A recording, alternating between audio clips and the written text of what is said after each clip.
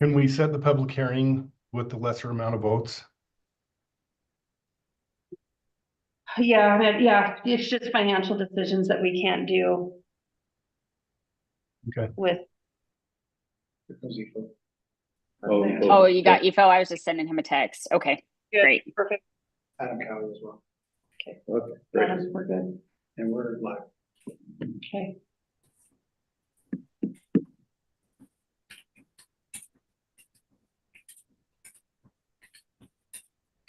You're good to go, Alex.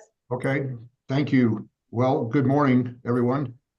Thank you for taking time out of your schedules, busy schedules. It's a busy time of year, and a lot of people, as Roger's referenced, traveling to league meetings and city manager meetings later in the week, but appreciate the chance to visit with you this morning. Agenda is fairly brief, and we should be able to try to move through it efficiently, and at least that's my hope, to get you back to your other responsibilities. The first item on the agenda is a set of minutes from February 10th, 2025. Be happy to entertain a motion to approve those or make changes as necessary. I move for approval. This is Tom. Okay, thank you, Councilmember. Is there a second? Second, Matt Dahl. Thank you, Matt. Motion and second to approve the minutes from the February 10th, 2025 meeting. All in favor, say aye. Aye. Aye. Any opposed, nay. Okay, very good. Appears unanimous. The next item is a consideration of resolution UT 2501 that provides for the adoption of the tentative budget for fiscal year 2026 and also setting the time and place for the public hearing regarding that budget for June 9th or as June 9th, 2025. So Jason, would you like to provide some background on that? Yes. I'll just hurry and share my screen here about what's included, just a summary of what's included in the Utopia budget for fiscal year 2026. And let me know. Okay, there we go. And I'm happy to be able to present this fiscal year 2026 budget for Utopia. I wanted to start off by taking a look at where we project operating revenues to be when we look at the next, going from fiscal year 2025 and 26. Here's a 4-year look at where they are and where they've been. Total recurring operating revenue is projected to increase by $1.9 million. The highest increase that we're seeing there, it's related to UIA and the customers that are being put on at UIA. And specifically, it's related to a net increase of 310 customers per month projected for UIA. So that would be the 689,000 you see increase there. Additionally, we are projecting an additional 150 customers per month signing on for Service and Bountiful, and that would be driving a lot of the residential transport increase that you are going to see for the next fiscal year in this budget. You'll notice a large increase in fiber lease revenue, which seems kind of weird because the fiber lease revenue that we're looking at is the $30 per month for customers, and our customers aren't really going up in Utopia. But we were looking at our offerings over the last couple of years of products, and we had some customers who signed up way back in, 2007 to 2011 timeframe, and they were on a product that had better terms than what we'd seen in some of our other products. And it was cheaper. We actually discontinued those old products in last year's budget and moved them to the same products that everybody else is on. And so now they're paying the $30 a month fee that they weren't paying before. So you're seeing about $680,000 of increase there. That change has already happened, and we're already seeing that revenue come in. So that's been a good boost to revenue.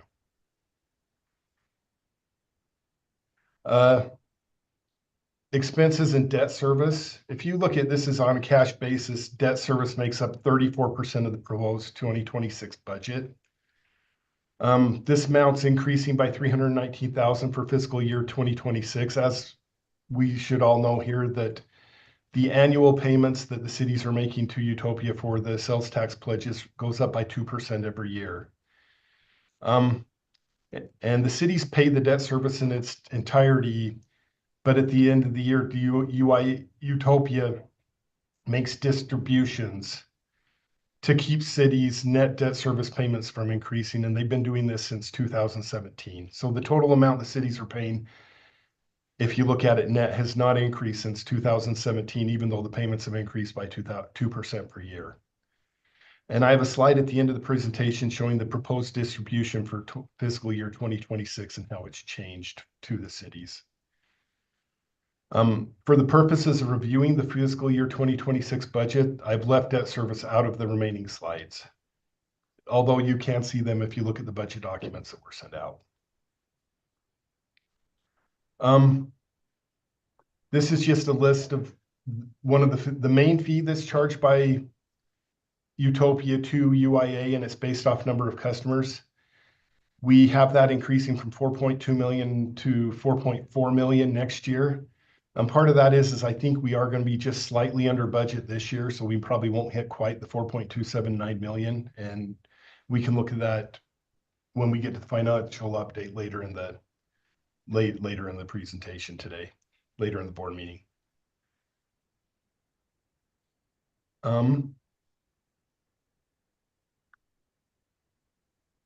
If we look at this is UTOPIA operating expenses. I have removed Bountiful construction cost in these graphs because they significantly skew the numbers. Where we had the big construction project over the last 2 years in Bountiful, I've just removed that and looking at other cost and other significant cost. And it's broken down into 3 categories. This graph shows relative increases in these 3 categories of operating expense. The decrease from actual administrative cost in fiscal year 24 versus fiscal year 2025 is primarily due to inventory sales from UTOPIA to Yellowstone Fiber in Idaho Falls.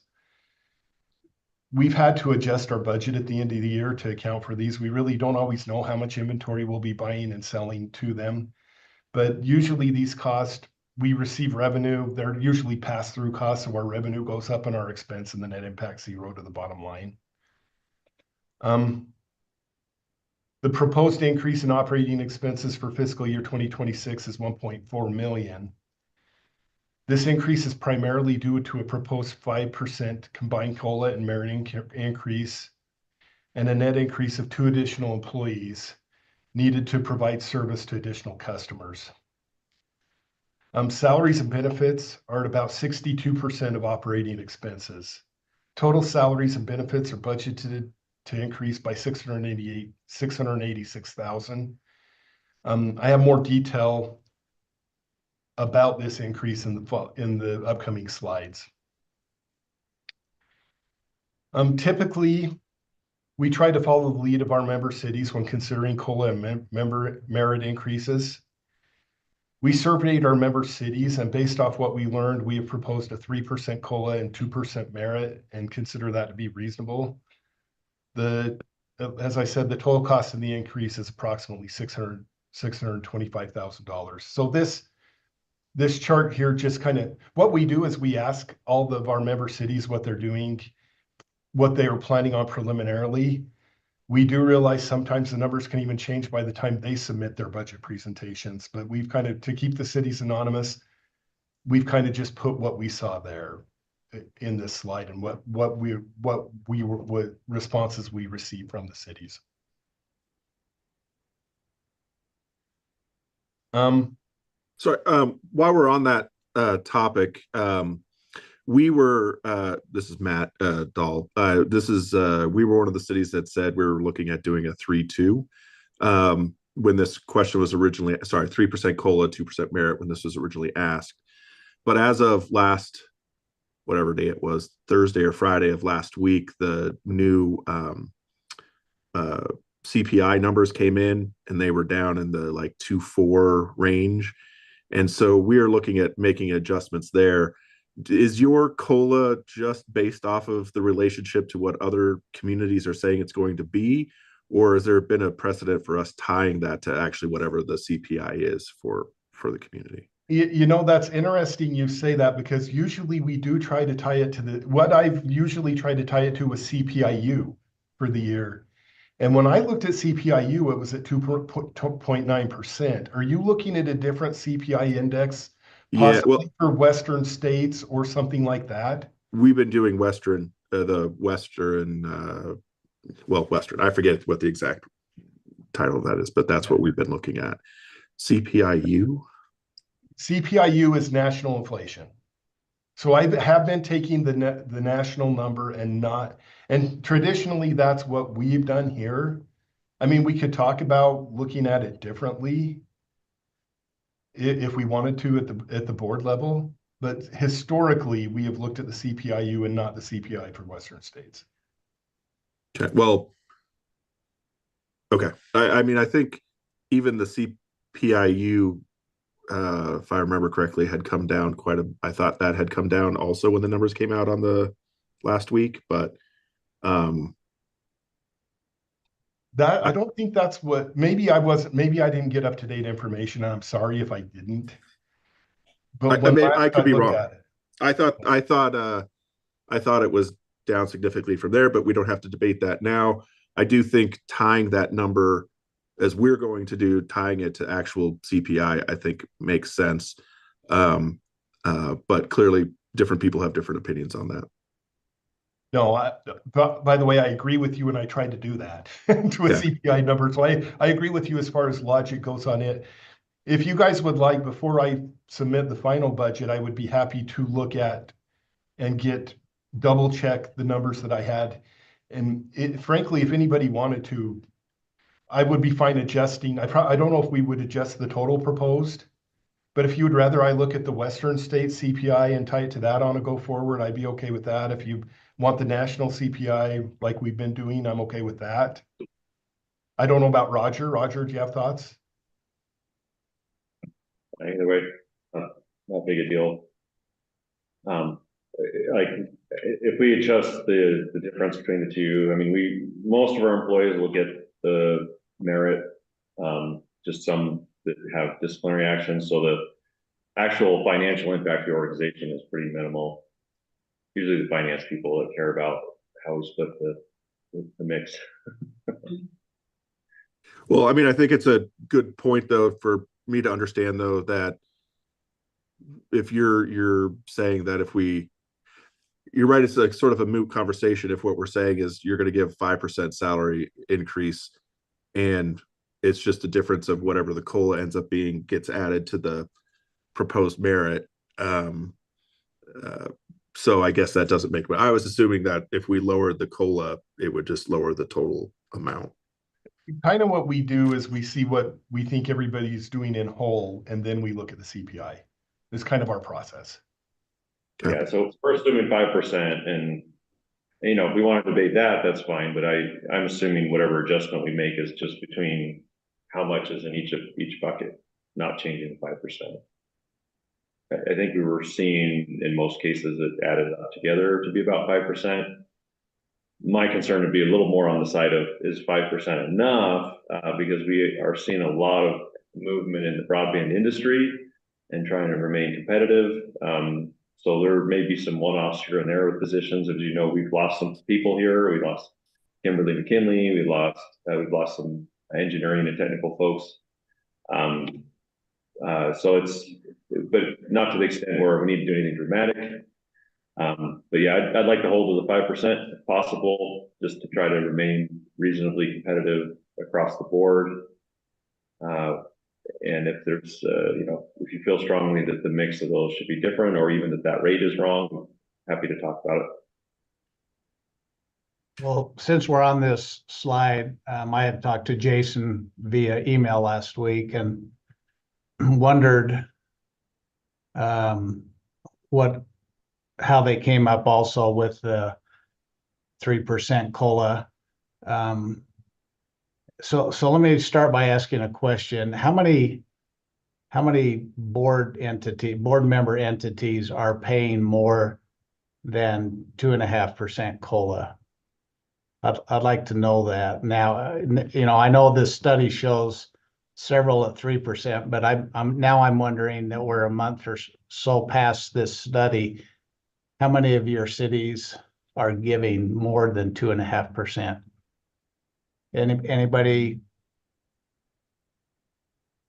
I'm texting someone to confirm. Sorry, I don't know that off the top of my head. This is DJ. Brigham City's budget that we're going to be presenting the 1st of May has got two and 2.5. But as Derek was at, I think, UAMPS, he took a straw poll down there and we were by far the lowest. So we're trying to figure out how we can get to 3. Anybody else going higher than 2.5%?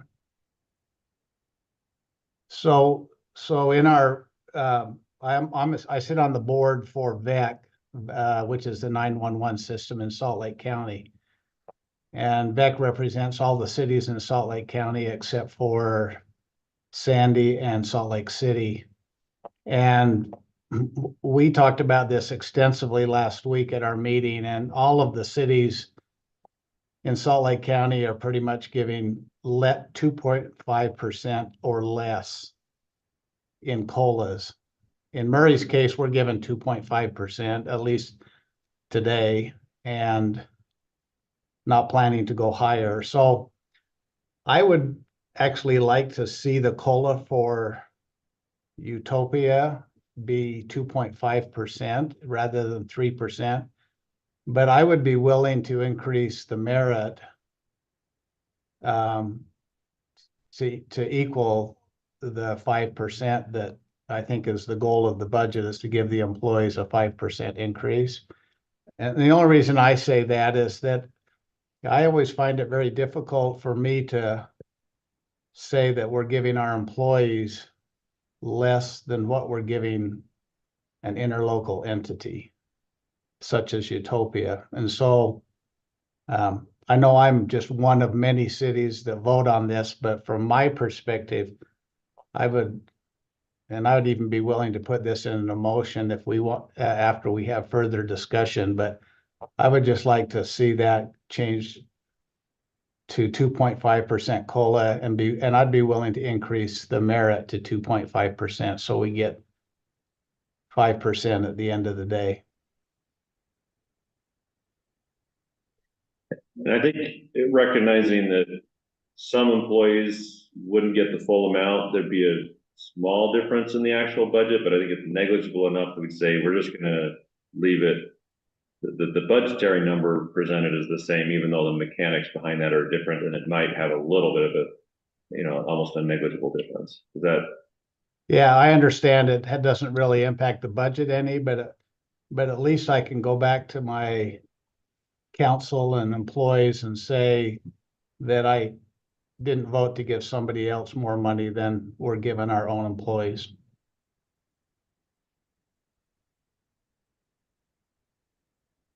I don't have a vote. I'm fine with that. I don't know if that's well, I guess that would be for the motion when we approve the budget. Also, can I just say that I do agree with Matt and Doug, and I by the way did notice that the Western CPI was lower than the national CPI. When I was looking at the Western CPI was closer to 2.5. I just kept it consistent with how I've done it in prior years. On a go forward, was everybody okay if I use the Western CPI as my starting point in conjunction with this study on budgets on a go forward to set the CPI proposed increase? The COLA increase, excuse me, the COLA proposed increase. Yeah, I am. Okay. Yeah, no, that sounds great. And I'm happy to do all that. I guess I would ask on that is it seems to me we ought to tie it to a standard. It sounds like now we're trying to mix what cities are doing independently that may be tied with the CPI index. It may not be tied with the CPI index. So it seems to me we've got to decide if we're going to follow the cities, regardless of how they come up with their number, or whether we're going to follow strictly the CPI index. Because I would assume that not all cities are following the CPI index. They may be a little above that. They may be a little below that. Does that make sense? Seems like it's a moving target if I'm understanding it correctly. Yeah, and I think that's just the political part of it, right? So I think from Jason's perspective, I think that he ought to use real numbers to put together the budget proposal, but when we as board members end up voting on it, if we're not comfortable with because of what our cities are doing, I guess we ultimately have that flexibility to vote yes or no against that number, but at least Jason's using a good real number. That's the number that Murray uses, is the Western also. Yeah, and I don't have a problem with what you proposed. I guess I do have a little bit of concern about applying what may be a political decision in our own communities to the employees of Utopia. That makes sense. So let me ask this, Alex. What are you guys giving your employees this year as a COLA? In our budget, we've got a 3 and a 2. A two on the COLA side and 3 on the merit side. Like I said, but that doesn't give me any pause in light, and I recognize that everybody looks at that differently, but that doesn't concern me per se. But I think the 5% is a good number, as you've said. Like, I'm not taking any issue with that. I think that's a fair approach. My concern was just basically, if we're going to pick a number, which I think we should do or can do, it'd be good to pick it and then consistently follow it. Or it seems like we'll have this discussion every year, which is a good discussion, but I'm not sure it brings any certitude to the issue going forward. Well, this is Matt Dahl. I'd be supportive of just saying that the starting point for COLA is the Western CPI, and then getting into sort of that discussion of where the merit should be. Right now, we haven't got the tentative budget, done exactly or approved, but I mean, I think we're, just so everyone knows, what we're looking at is holding on the merit at that 2%, which is where we were at originally, and then adjusting down for the COLA. So we started at 5% when we originally gave the information for this, between the 3 and the 2%, but that total number for us has come down. And I also feel that pressure that Doug was talking about how do we say in one place it's going to be a total of 5%, and then at our city say it's going to be a different number. But recognizing this is a different organization and there might be different needs, I'm at least for the tentative budget okay sticking with the making it so the total is 5%, but that is a concern for me as well. But I think starting with the CPI is a good place.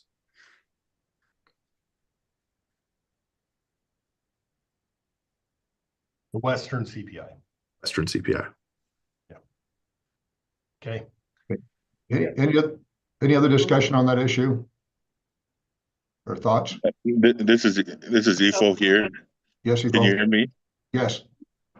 I just want to, if we're going to use a tie to any city action, I probably should just make a statement right now. I don't really, my purpose is not really to spur on any debate here. If anybody wants to talk, we can talk offline. I don't think it's a statement of position one way or another when it comes to Utopia, but I don't really believe in COLAs. And so if you look at the city with market study, that's us. And for me, it's all about a market study. It's keeping my people, my staff within the market. Again, this isn't really I'm just making this point. If you're wondering what West Valley is going to be doing from here on out, we're going to be doing market studies every couple of years. And oftentimes we spend more on personnel costs, not less. But for me, it's all about the market. And when you don't have your market study, when you do COLAs, what happens is you exacerbate a situation when you have pay disparities. And so for us, it's about the market study. We've already completed our market study, and we're going to make adjustments accordingly. But you will probably not see COLAs from here on out as long as I'm here. Just as you're comparing, as far as how much we spend on personnel costs it could be more than what West Valley has spent in the past, just making sure that we're all within the market. But I just wanted to make that statement. Like I said, and then as far as supporting Utopia, I don't know if it's the same. So to use cities and Utopia, I mean, when we're comparing police and firefighters to, lifeguards, and there's so many more positions, whereas I think Utopia is maybe a little bit more homogenous than what a city would be like. And so, I don't know if I'm necessarily concerned about being different, having us implement a different type of strategy with the city as Utopia is. But like I said, I want to just make that statement. That's not a support or I mean, that's not necessarily something that a statement that's against this proposal. But if you're going to compare West Valley City, that's what you're going to get. Okay, thank you, Ifo. Any other comments? Adam Kelly had a chat. Yeah. Yeah. So Roger, when Doug was visiting, did I understand you to say that you thought under his proposal could be workable? Yeah. The 2.5 and the 2.5, and you can allocate that total amount? Yeah, I'm comfortable with that. That doesn't cause us any trouble. I mean, it'd be a negligible budget impact where I'd say we don't even bother representing the change in the budget, other than it's just procedural as we go through and do our merit increases, that we understand that's a 2.5% of the increase as opposed to 2%, but that'll be a negligible number at the end of the day. I agree. I don't think even as far as the resolution goes, I don't think you need to even do a proposal to change anything, because it's not changing any numbers in what's been presented. It would just be change in how we handle this internally when looking at our studies and stuff like that. So yeah, I think we're fine. And we understand where you're coming from, Doug. I mean, it's you make the point, politically, it's like it can be difficult, and we obviously care what the environment is in all your cities. Don't want to cause trouble for you there. Also trying to do the right thing here, and I think it's fine. We can do the right thing here and do the 2.5 each bucket. It's fine. Like I said, it doesn't cause us any trouble.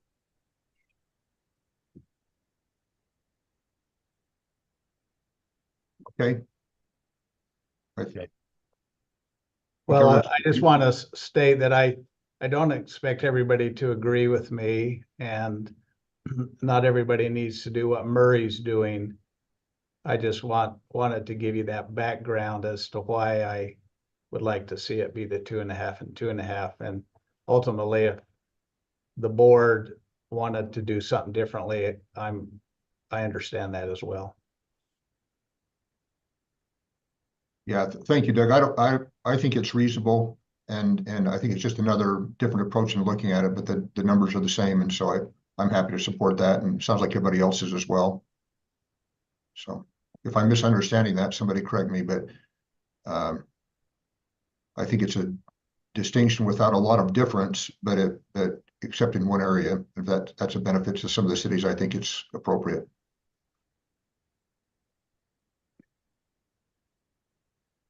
Okay, anything else, Jason? Yeah, I still haven't finished my presentation, so I'll Yep. keep going. There's just a couple more slides. What's taking you so long? Yeah, sorry. No, you're doing great. Okay, as we look here, we are requesting the addition of 4 positions in the fiscal year 2026 budget to handle the increasing workload. Additionally, we have 2 open positions that we are proposing not filling. This compares to 4 positions and 1 intern that were added in fiscal year 2025. And the next slide shows the cost of the new positions and what we have going on there. But what we're asking for is a new field service tech. That's somebody that goes and helps service customers. And as we have more customers, we need more people to service them. In technology, we're asking for a new tech analyst. This is especially needed as we look to propose we've got some new big projects that we're looking at that Roger will talk about later on as he gives us network update.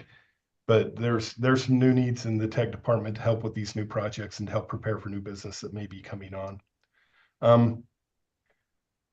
As when looking at the new tech analyst, part of what we were thinking is we had an inside plant engineering technician that was budgeted. The position had been empty. We decided the tech analyst would be needed more than the inside plant engineering tech. As we go on down below to marketing and sales, you'll notice one of the things it talks about is we've removed the chief marketing officer from the budget. With the removing of the chief marketing officer, we moved some of the people that were reporting to the chief marketing officer between other departments. So operations management will show 3 new employees coming on, but marketing and sales will show 3 employees that moved away. And they moved from marketing to operations management. They're just managed by a different person now. In addition, in marketing, there's a new order fulfillment person that we're looking at hiring. This new order fulfillment person would help a lot with trying to get some MDUs inside of our existing cities signed up and get new business coming on there. And the last thing we're asking for is a new customer service rep, and that's just because I believe, Roger, we just hit 70,000 customers recently. Is that right? 72.5 or 74. So Yeah, it's been a few years since we've had a new customer. So we're probably pushing 73 by now.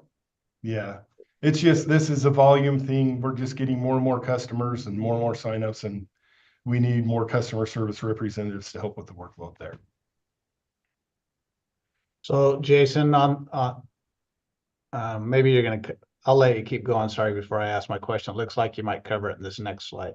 I'm covering the new cost. I'm not covering the removed cost, but really, if you look at it, the customer service tech, you're looking at, I broke out salaries and benefits. We're looking at 253,000 more of salaries with about 388,000 more of benefits.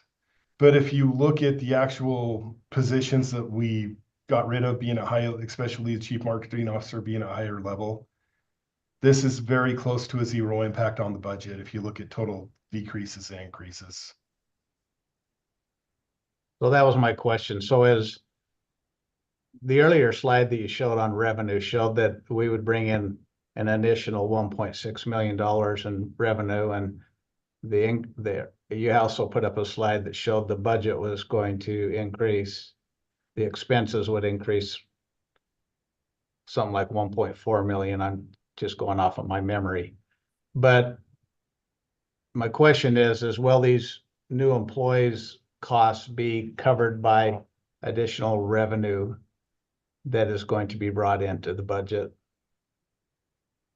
And the answer is yes, they are. And so with the removal of the marketing position, is that going to have a negative impact on revenue, or do you find that most of the marketing that we do is not impacting, bringing in more revenue? So I don't think it represents a decrease in marketing, right? Just the position is still like, this was Kimberly McKinley's position, and she wore a lot of hats. And so even though her title was CMO, there was a big portion of her work. She was over our customer service team. She was over order fulfillment. She was over our kind of PR and conference relationships, things like that. All the things that she did have kind of been given to other people, and in some cases with a promotion into those things. So a lot of that marketing is either outsourced or with the limited team we already have. So I don't expect the actual amount of marketing to decrease. We just don't have that position, and it's being absorbed by other teams that were doing a lot of that work before anyways, but being managed by Kim. So some of those are now reporting directly to me that weren't before. I don't know, it was a reasonable way to restructure things and also keeping things pretty lean. That may change. We're proposing this the way it is. If we find that we don't have enough resource there, we maybe do a revision some later date, but for now we're pretty comfortable with the plan to not backfill that with a full CMO position. Thank you. It's still a little unclear to me how the Bountiful situation affects the budget. Could you, how will that change when Bountiful is fully built and they're operating? Is their revenue going to increase our revenue? Yeah, there's really two components of revenue from Bountiful. One is in the build out of the system that we charge. We have a margin in the project. So as we complete the project and it's built, we bill out a contracted amount.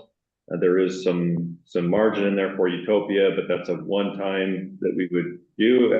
I say one time, but it's multiple phases. We bill that out regularly at different intervals.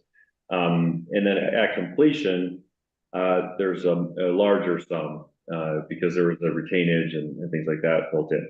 Now, once it's built out and we're done with that phase and we're just in operating mode, we get a revenue share from every subscriber from the system that covers all of our expenses and then some. So it should, to the organization, should be revenue positive both on the build out of the system as well as the recurring maintenance of the system. And Jason, I don't think it's broken out, but maybe there's more. It's not here.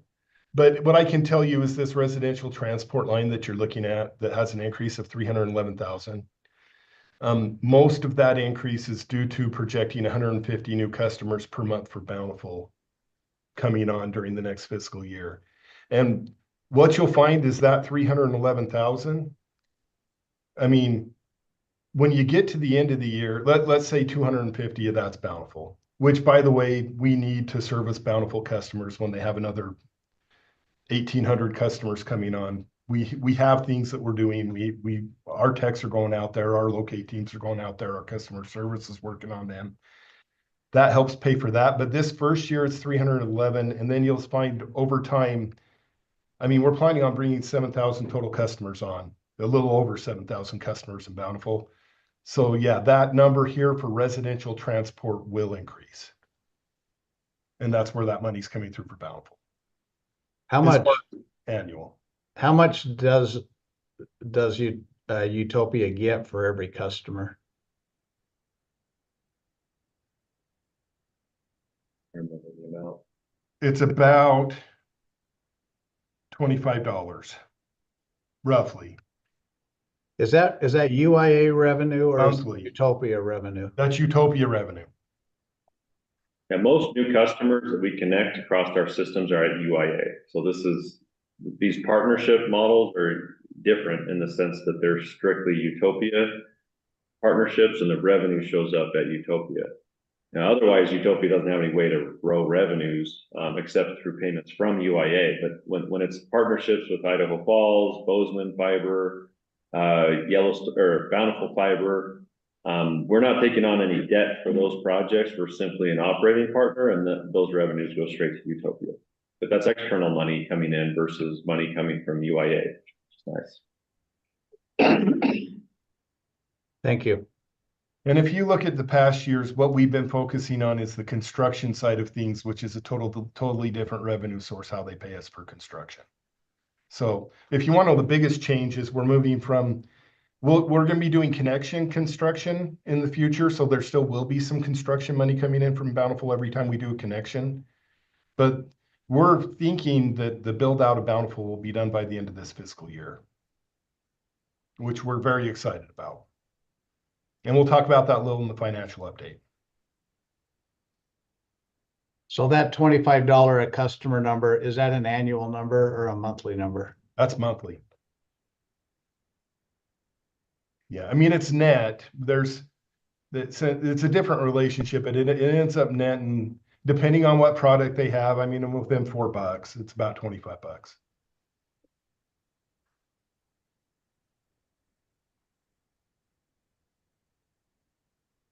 Okay, the last thing that I have on here is the distribution that we're doing every year for the cities. We're proposing increasing that distribution from 4.6 million to 4.9 million for 319,000 is the proposed distribution for next year increase. That 319,000 is that does equal the 2% increase in payments that the cities will be making during the year to us. And it's broken out here by city.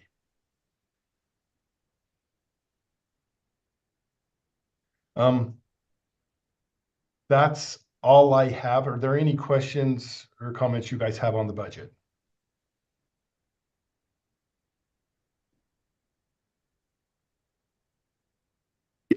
This is Matt.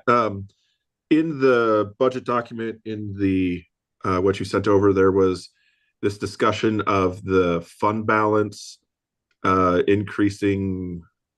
Well, there was anyways, it said the state was requiring you to make adjustments to the fund balance and whatnot. What could you remind me on what that is? Yes.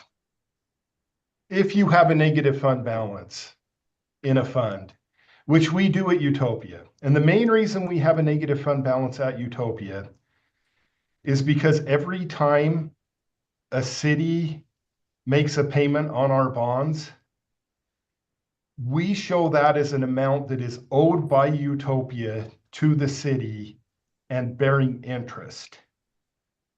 So what that ends up being is, instead of showing up when you make a payment to make the bond payment, instead of showing up as fund balance, it shows up as a liability, and it makes my fund balance very, very negative in Utopia. So when we get audited every year, we show a negative fund balance inside of Utopia. And really what the negative fund balance comes down to, it's amounts we owe the cities that we can't afford to pay them back yet. That's what it ends up being. But we are tracking this amount. State law requires, if you have a negative fund balance, that you budget 5% of annual revenues as a decrease to negative fund balance. So what I end up doing is I take 5% of our revenues and I show it as a decrease. I show it as miscellaneous revenue and a decrease in fund balance, and that complies with state law. And the state, and the state specifically looked at like as part of our audit and said that we needed to do this, or you're preemptively doing it because of what the code said? No, it's the state code. This gets checked. I'm guessing there are other cities here. I know I've been involved with a city that had a negative fund balance, and I had to do this in other cities. When I was at Brigham City, we had to do it. For some reason, I had, you know better than me, I thought there was a difference between sort of what was required of a city and then the nature of never mind. There may be something different for, I'll look into it and see if there's anything different for a for a business fund, but I wasn't aware if there is. Okay. Well, I'll look into it and check it out, but that's been my understanding, and that's how we budgeted for it since before I got here. Okay. In fact, I got written up. I take it back. I got written up for it because it wasn't high enough one year. The auditors checked it for the state compliance, and I got written up, and so now I do it. Okay. I couldn't remember if that's how that had happened or not. I do remember now that maybe my first year here, we got written up because we didn't budget enough for a decrease of fund balance, and we did get written up for that.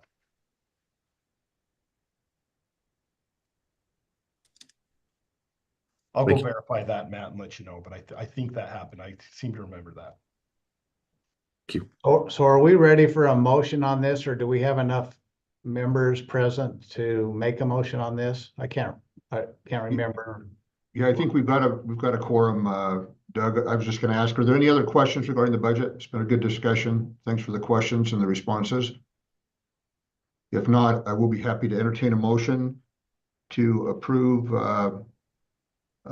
resolution UT 2501 that provides for the adoption of the tentative budget for fiscal year 2026 for Utopia, and also sets the time and place for the public hearing. The date that's proposed is June 9th, 2025. So I'll make that motion and just add that the intent is that there'll be a 2.5% COLA and a 2.5% merit for employees. Okay, thank you, Doug. Is there a second? This DJ second. Okay, thank you, Mayor. Let's do a roll call vote. Well, let me just ask, any further discussion on that motion? Okay, if not, we'll go to a vote. Doug? Aye. Mayor Bott? Aye. Matt, Aye. Denise, Aye. Councilmember McDonald, Aye. Adam, Aye. and Ifo, Yes. and Layton's a yes as well. Have I missed anybody? No, I Thank don't you. believe so. Unanimous. Okay, thank you.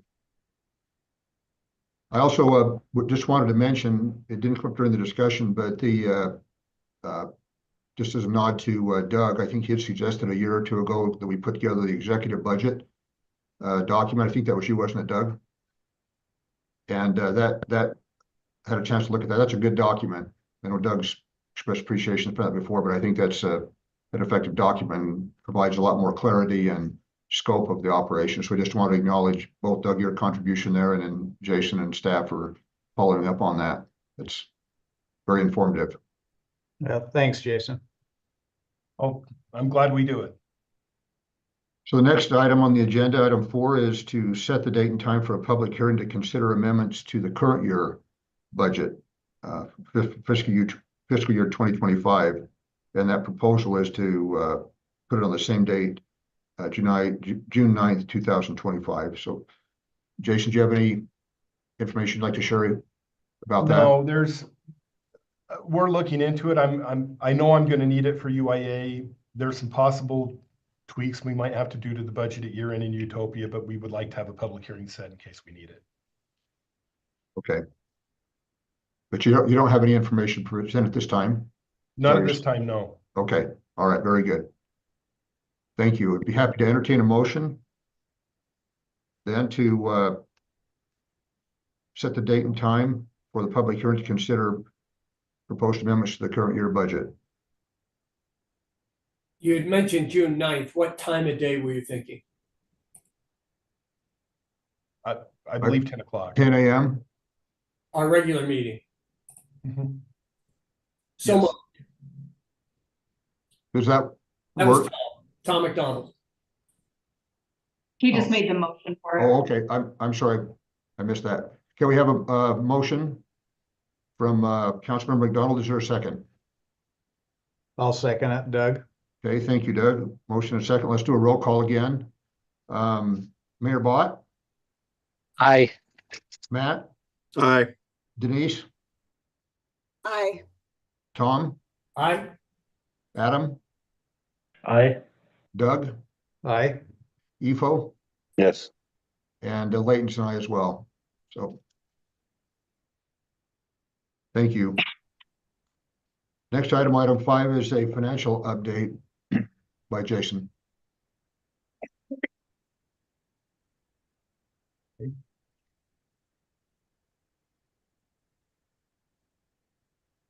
Making sure, just formatting this real quick. There we go. Okay.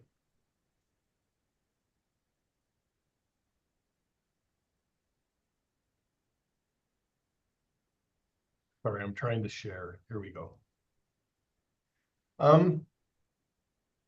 Here's the financial update. This is based off of month ended February 28th, 2025 numbers, what we're looking at here. And just briefly, I want to go over that where we're expecting budget. It's looking like our residential transport numbers are going to be coming in under budget. I don't think they will come in 500,000 under budget as shown here. It'll probably be something closer to 400,000 under budget. This is primarily because we've seen growth lagging what we had budgeted in Bountiful and what we had budgeted in Yellowstone Fiber. Bountiful specifically, it's just because the addresses weren't issued as quickly as we had hoped they would be issued. We are starting to see, beginning in the month of April, we started to see residential installs increase and the rate of install increase. And frankly, a lot of addresses were opened up for install. And I think we're going to see over half of our addresses in Bountiful open up in the next 2 months. So we're about to see some big increases there. And for context, revenue is great at UIA. That's where most of our customers come on, but Utopia specifically, we have these little categories and we're a little behind there. But it looks like, hey, we didn't hit our projections for subscribers. And it's like, well, actually we did really well just on the UIA side of the fence. If you just look, want that context out there. yeah, yeah. Additionally, if you look at commercial transport, we're projecting we're going to beat year end, and I think that's a conservative projection there for $50,000. Access fees for bandwidth have been going very well. We think, and we think that that's going to be probably close to $200,000 over budget for that. The last one you see there, access fees for fiber lease. This is due to the discontinuance of some legacy products that we had on the system there that we talked about a little bit in the budget. That we're expecting to be $500,000 more than what we had budgeted. So if you look at total for all of our products, we're projecting to beat revenue overall for those products. The miscellaneous operating revenue, once again, some of that has to do with the fact we're not going to meet budget there has to do with what I have to budget for negative fund balance. I have to budget more miscellaneous operating revenue, and we don't always hit that. But overall, what we plan on apples to apples is these top numbers are the important ones here. We're beating revenues there. If you look at our operating expenses, we're projected to come in under on payroll. Part of that has to do with timing. Sometimes we have an extra payroll come here or there, but a part of that also has to do with we have to have people leaving, and we've been having to fill those positions, and that time we have to fill those positions, it ends up being some money we have left in the budget a lot of times. The big overages that we're seeing is network operating expense. And we are seeing operating expenses this year much higher than what we had budgeted. And if you look at what's actually budgeted in the budget document for what we just approved, we have much higher network operating expenses. And that's just because we've been seeing more expenses primarily with maintenance and repairs in our growing network. And a lot of that follows the construction environment in Utah and the construction environment in our cities. If we have a lot of construction going on, we seem to have a lot of we seem to have a lot of maintenance expenses, and that would have to be covered by the underage we're going to see in payroll. That's what we're expecting to happen for the end of this year. Down below, the biggest concern we have in the budget, and I've been bringing this up for the last few months, is Bountiful Construction Management Services. So far this year, as of the end of April, we brought in 8.3 million and spent 8.1 million. So we have brought in more money than we've spent, but we started out the year with about a $3.2 million hole. We still have somewhere between $6 and $7 million we're expecting to collect before the end of the year on the Bountiful Construction project. And we are projecting that costs will be less than the money we bring in at the end of the year, which is just a matter of finding out how much less ends up being. But that's something we're keeping our eye on, and something that's very, very critical, frankly, to our year end and how things are going, is making sure is the management of the Bountiful Construction project. So Jason, you used the word you are concerned. You're really not concerned as long as revenues exceed the expenses, right? Overall, yes. I mean, we did budget for some increase in there. But the biggest deal is we definitely want revenues to increase and I'm the accountant. I'm always concerned about these things. And I'm the one who pushes them. But everything I get from all of our people is we're looking good there. I'm very happy with how things are going. Maybe you get a non-accountant perspective on it. I get less concerned after I have my cash. Yes. As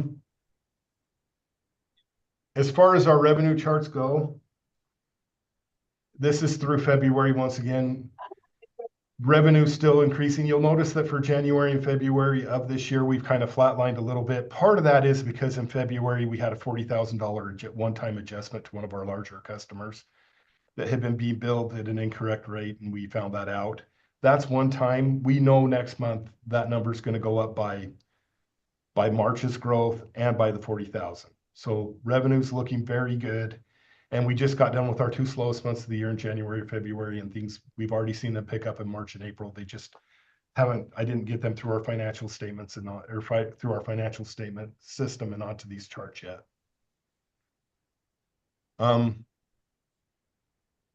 Here's UIA's, this is not for Utopia, but is for UIA, just to continue showing that the gap between the amount we're paying in bonds and the revenue we're bringing in at UIA continues to grow and continues to get bigger.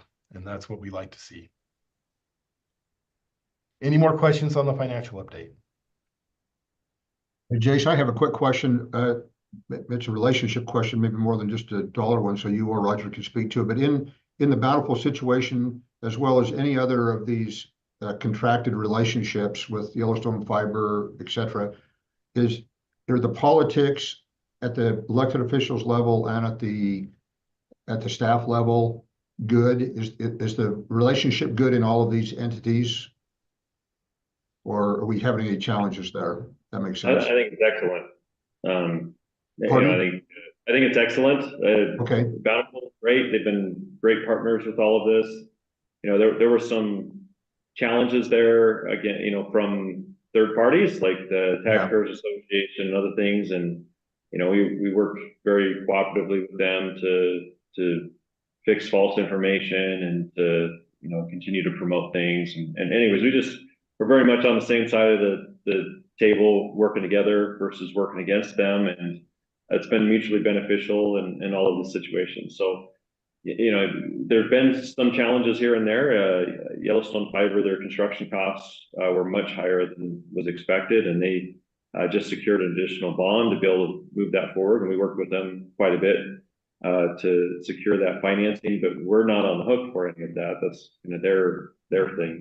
We don't have any guarantees in the Yellowstone Fiber for the cost related construction. In Bountiful, we do, but everything's projected to come out ahead for us. Idaho Falls, the relationship is good there. I don't think any of these partnerships, they would complain about us, and we wouldn't complain about them either. I think it's politically good, and it also spreads the cause and support for open access municipal networks out there to have these partnerships in place.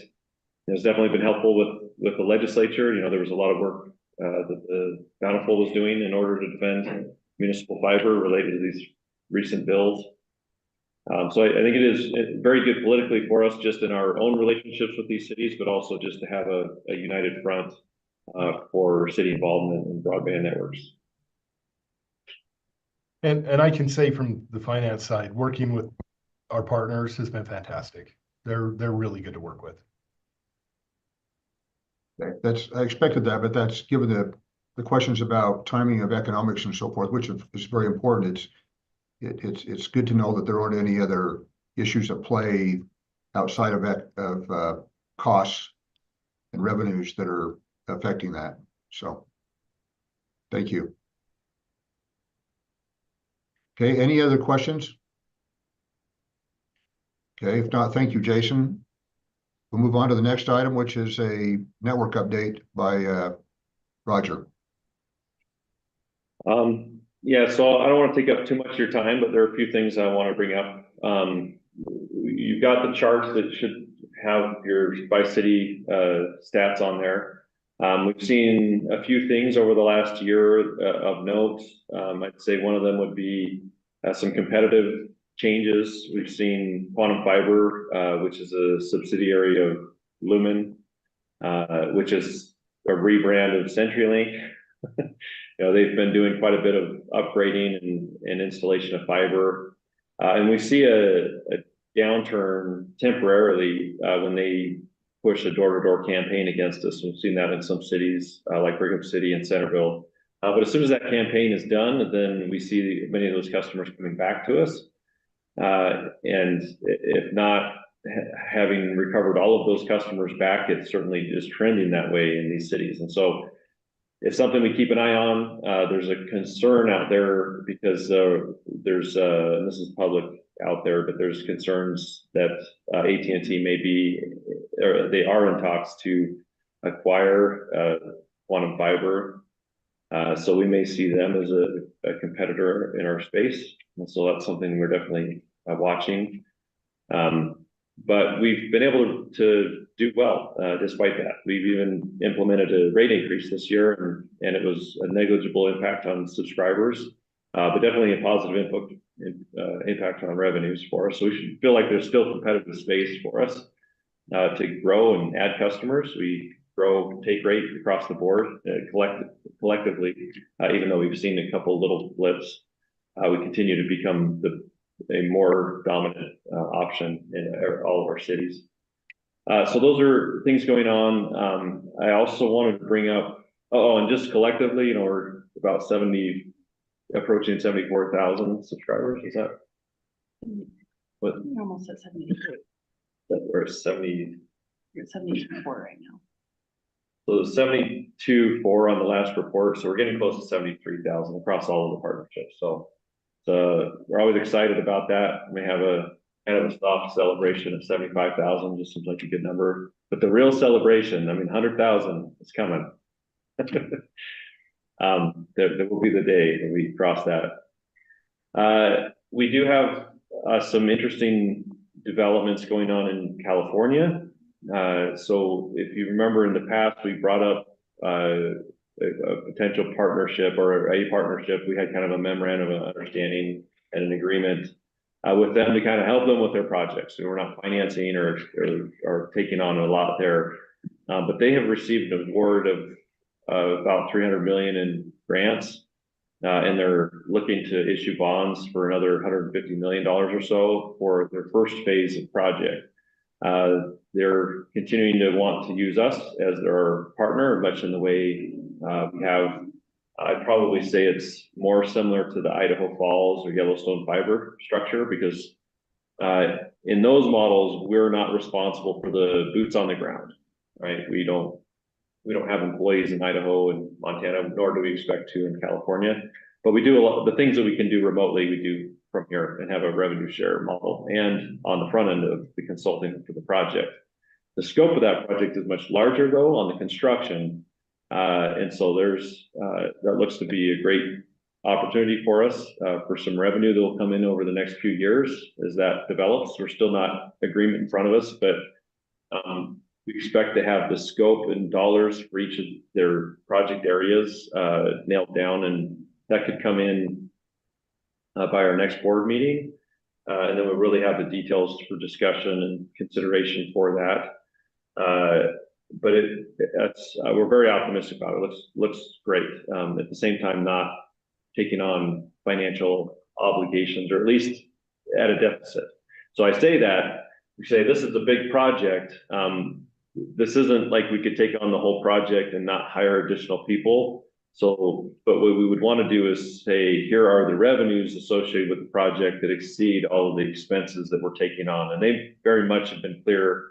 That's their opinion of how this should work. We like that on our side, obviously. We don't want to go underwater on any of these partnerships. We only want to do them if they're, that concept would be mutually beneficial, but certainly from our perspective, we want to, they need to be beneficial. So we're excited to see that project getting some real legs behind it. And that's going to be branded as Golden State Fiber. Now we just help them with the acquisition of that name. It was actually a company that owned that branding. So it's being rebranded to that. So when that comes to fruition, we will have a budget revision associated with that contemplates some additional positions, but again, also revenues to more than cover all of the overhead that we take on with that. I don't have the specifics to share today. That's still in negotiations for the amounts of revenue shares and roles and all that other, we're nailing that down. But we expect that to be a very positive project proposal to put in front of you for approval at a future date. So that's very much in the works. It's been several years of just kind of working with them at a high level. We have gotten revenue from them in the sense that we have done some consulting on engineering work and things like that we have a fee tied to for the development of grants. But it was a very small amount. Now this project has some real potential. Anyways, questions related to that? Are those currently not budgeting any increases to cover that? When that becomes real, then we would adjust budget. Are those federal grants? It was federal money that went to the state, and then the state has allocated it out to various applicants. So depending on, it's currently state money, but they can point to that having come from the federal government. It's not BEAD. I mean, they are applying for BEAD money. If you're familiar with that program, it's a $42 billion rural broadband project. That may come in to supplement this, which would be fantastic. And there's a second phase of the FFA program is they're working under right now that they've received the current money from. And there's a future phase of FFA money that they're currently in process of to expand the scope of these projects. But it could very easily become a multi-billion-dollar project. And in that scope, we typically gone in with a 3% on the project cost for consulting and management services, and then some form of revenue share depending on which roles we keep in with Utopia versus what they take on. But in all situations, it would be where we make sure, identify our costs and make sure we have a healthy margin that's beneficial to us. But it's currently a $450 million project. I mean, math on that, 3% is that's about 10 million, 9 million, something like that. So it's not nothing. But it does come at cost. We have to have some positions and things that we cover to meet their needs. So we're excited about that, and we're always on the lookout for additional city partnerships here in Utah. We continue to add customers both in our cities, but also significant middle mile routes. As we talk about, where we build out and our customers on our cover sheet of that report, it does mention cities where we provide services, and we continue to kind of expand the network, not aggressively. I mean, we're not just building and hoping to get customers, but when there's opportunities of working with the state, working with the schools or businesses willing to pay for the cost of building to them, we do those, and we continue to grow our reach across the state. And this is benefiting a lot more than just the Utopia cities and the partner cities. It's pretty easy to point to, the state and school systems and other entities that are statewide that benefit from our existence out there. And, it benefits us too, because obviously we don't give away free service. So it's mutually beneficial. Anyways, that's my update. I'll stop the ramble. No, thank you, Roger. Are there any questions, Roger? Okay, well, very good. That brings us to the end of the agenda then, unless there's another item that any member of the board would like to have raised or discuss. Okay, well, thank you again for your time today. Each one of you is important to the success of this organization, and also want to express appreciation to you as a peer for what you do in your own communities, whether you're an elected official or a staff member in your cities. We all know that's not an easy job, and usually there's not a lot of thanks and appreciation that's expressed, but it's I always consider it a privilege to associate with you, and some of the best people I've ever interacted with have been in municipal government. So thanks to you and all you do. And at least one person, even if he doesn't work in your city or live in your city, wants to tell you thank you for the good job you do. And your communities and residents are blessed because of what you do. So even if they never tell you that. So anyway, thanks for your time this morning, and again, what you contribute, and hope everyone is well, and your families are also. So with that, I'll be quiet and accept a motion to adjourn. So moved. Okay, thank you. Councilmember, a second? Second by DJ. Okay. There's a motion and a second to adjourn. All in favor, say aye. Aye. Okay. Very good. Thank you. Have a great day. Be safe. See some of you in St. George.